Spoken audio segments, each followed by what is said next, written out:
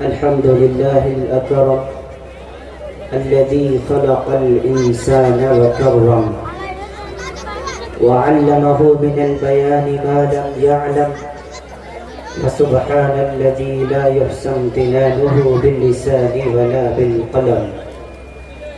ونشهد أن لا إله إلا الله وحده لا شريك له الذي أوتي جوامع الكلم وكرائم الحكم ومكارم الشيم، صلى الله تبارك وتعالى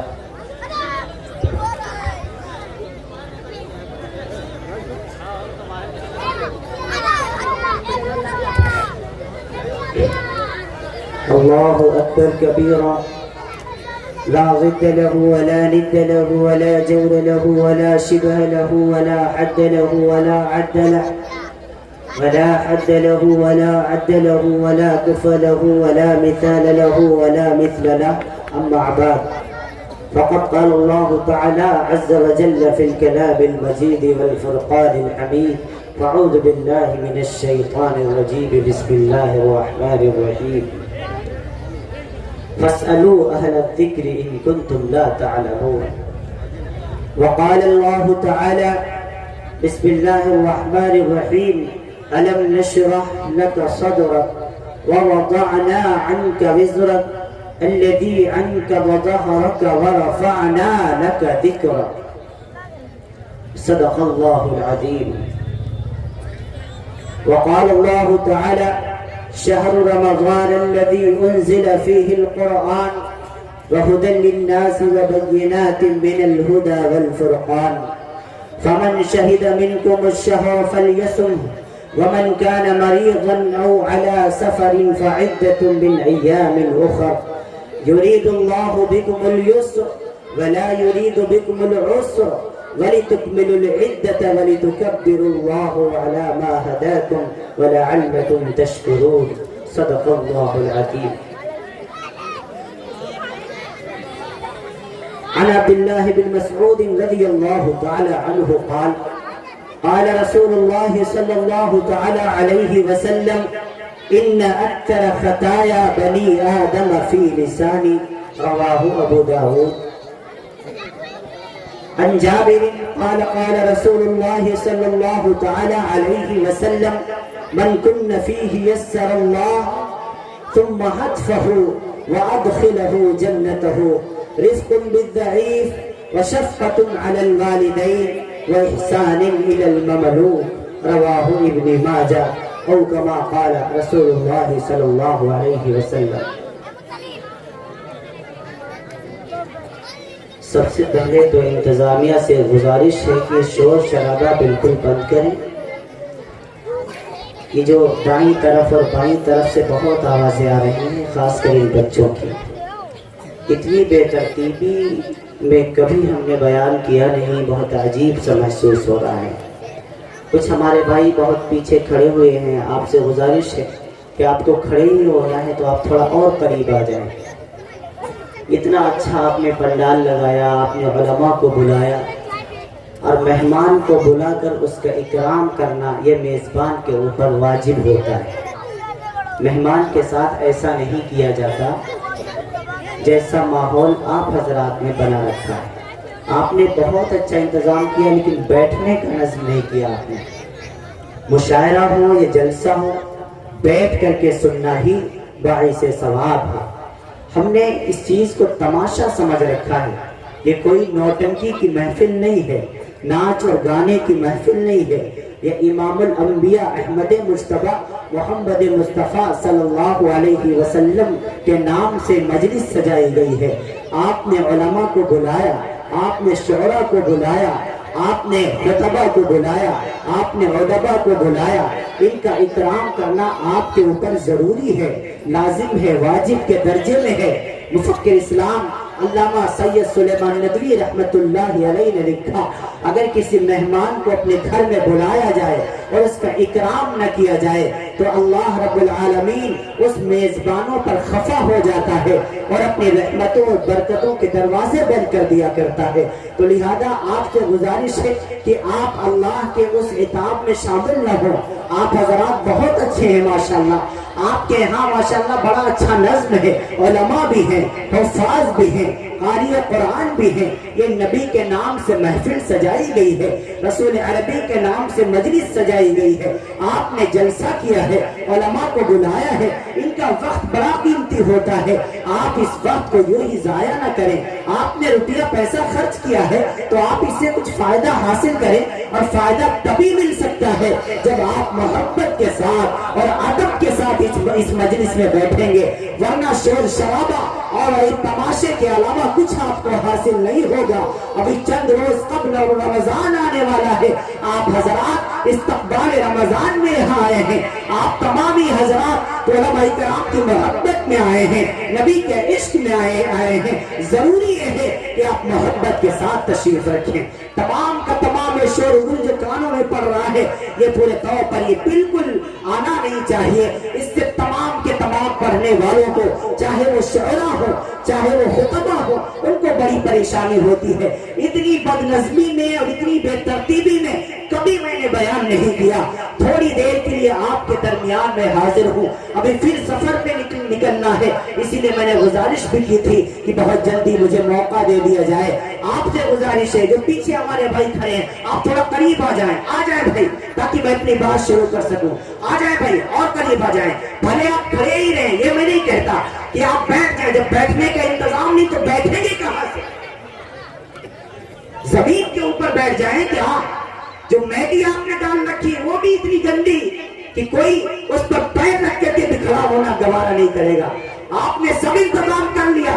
مجھے شکایت ہے کمیٹی کے ذمہ داروں سے کہ آپ نے بیٹھنے کا انتظام نہیں کیا. آپ کوئی محفل کریں، آپ مشاعرہ کریں، آپ جلسہ کریں، لیکن بیٹھنے کا نظم ضرور کریں.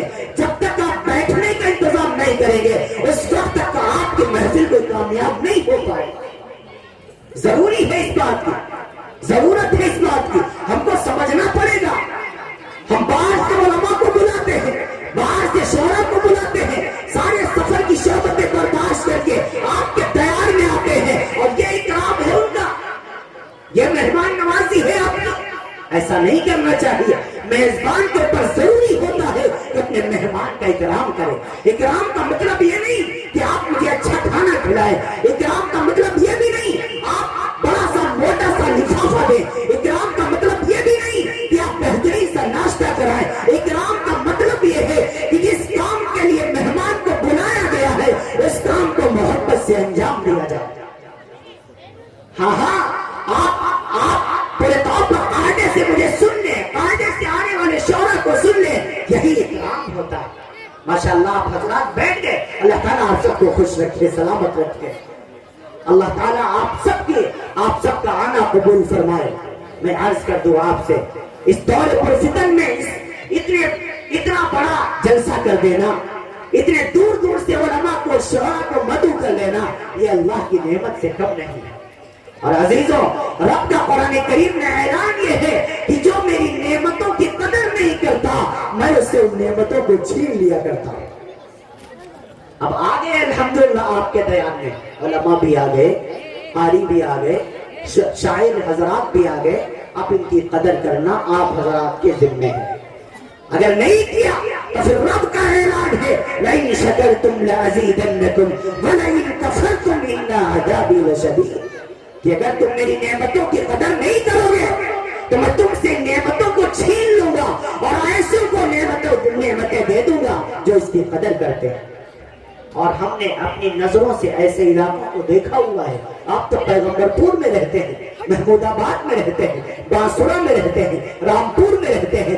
مجھ سے پوچھیں، ہندوستان کے چکر لگاتا ہوں.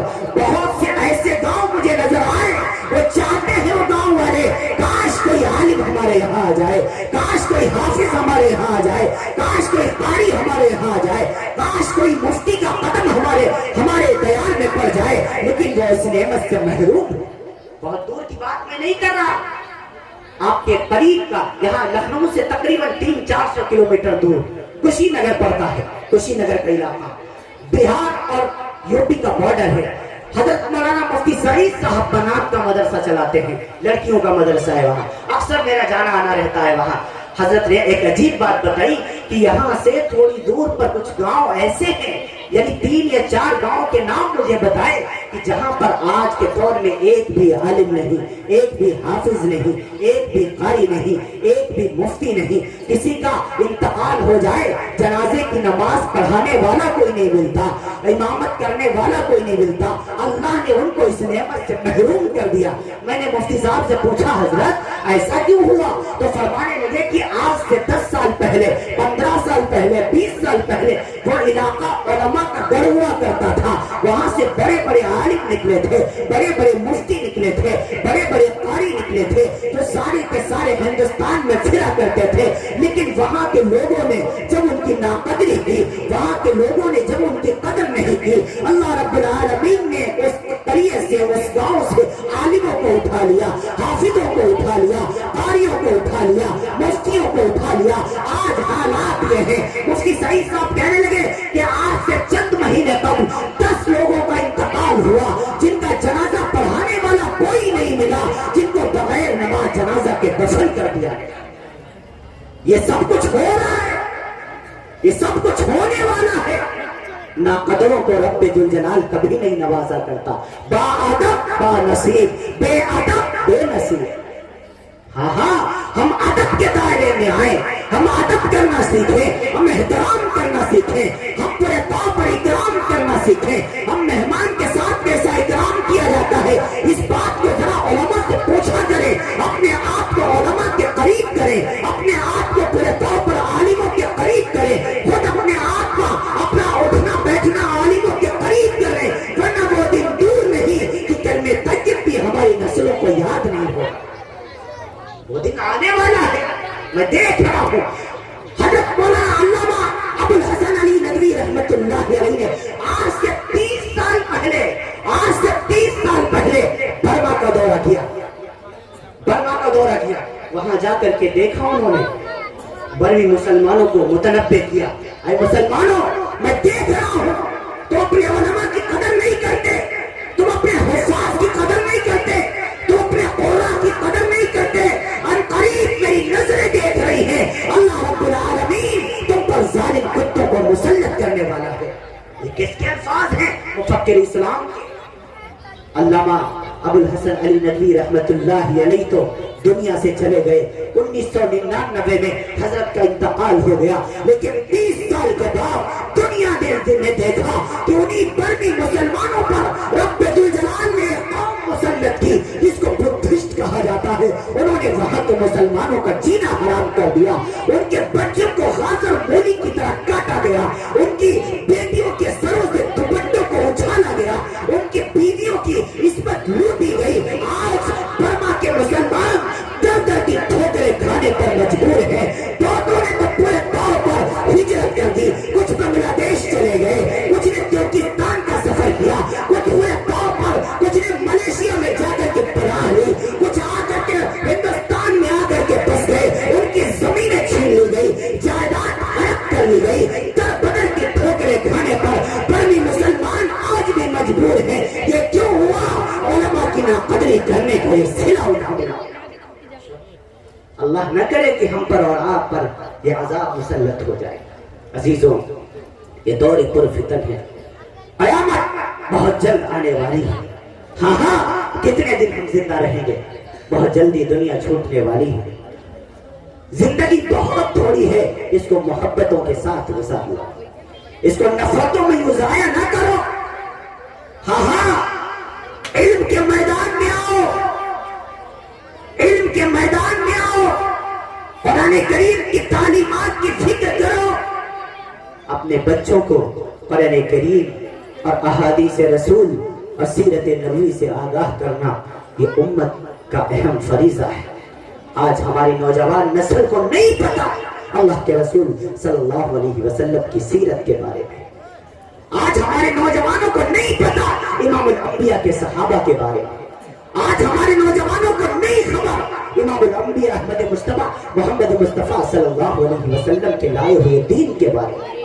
عزیزوں، اللہ کے رسول صلی اللہ علیہ وسلم نے فرمایا علم کا حاصل کرنا ہر مسلمان پر فرض ہے، ہر مسلمان پر فرض ہے۔ طلب العلم فریضۃ علی کل مسلم، علم کا حاصل کرنا ضروری مسائل سے واقفیت حاصل ہو جائے، نماز کا صحیح طریقہ معلوم ہو جائے، روزوں کا صحیح طریقہ معلوم ہو جائے، زکوٰۃ ادا کرنے کا صحیح طریقہ معلوم ہو جائے، حج بیت اللہ کی فرضیت کا ہمیں علم ہو جائے، اتنا علم حاصل کرنا ہر ایک مسلمان کے اوپر لازم اور واجب ہے۔ ہمیں بتایا گیا یہاں 3 مدرسے ہیں الحمدللہ، اللہ تعالیٰ خوب ترقیات سے ہم کنار فرمائے۔ مجھے یہ بھی بتایا گیا یہاں 5 مسجدیں ہیں، اللہ رب العالمین 5 مسجدوں کو نمازیوں سے بھر دے۔ لیکن عزیزوں، صرف مدرسہ قائم کر دینا ہی کافی نہیں ہے، صرف مساجد بنا لینا ہی کافی نہیں ہے، ان کو آباد کرنا، تمام کے تمام ان کی ضروریات کا پورے طور پر تمام انتظامات کرنا، یہ ہمارے اور آپ کی ذمہ داری ہے۔ ہاں، تعلیم کے میدان میں ہم بہت پیچھے ہیں، علم کے میدان میں ہم زیرو ہیں۔ اس وقت کوئی قوم اس وقت تک ترقی نہیں کر سکتی جب تک وہ تعلیم میدان میں آگے نہ آئے۔ ہم ہر جگہ پٹ رہے ہیں، ہم ہر جگہ مار کھا رہے ہیں، ہماری کوئی حیثیت نہیں بچی اس ملک کے اندر۔ ہاں مسلمانوں، اگر ترقی چاہتے ہو، اگر آگے آنے والی نسل کی بھلائی چاہتے ہو تو اپنی اولادوں کو پورے طور پر تعلیم کے میدان میں آگے لے کے آؤ، انہیں حافظ بناؤ، انہیں عالم بناؤ، انہیں مفتی بناؤ، انہیں محدث بناؤ، انہیں مفسر بناؤ، انہیں مدبر بناؤ، ان کو ڈاکٹر بناؤ، انہیں انجینئر بناؤ، انہیں بیرسٹر بناؤ، ان کو بڑے بڑے عہدوں پر بٹھاؤ، تب جا کر کے تمہاری قوم ترقی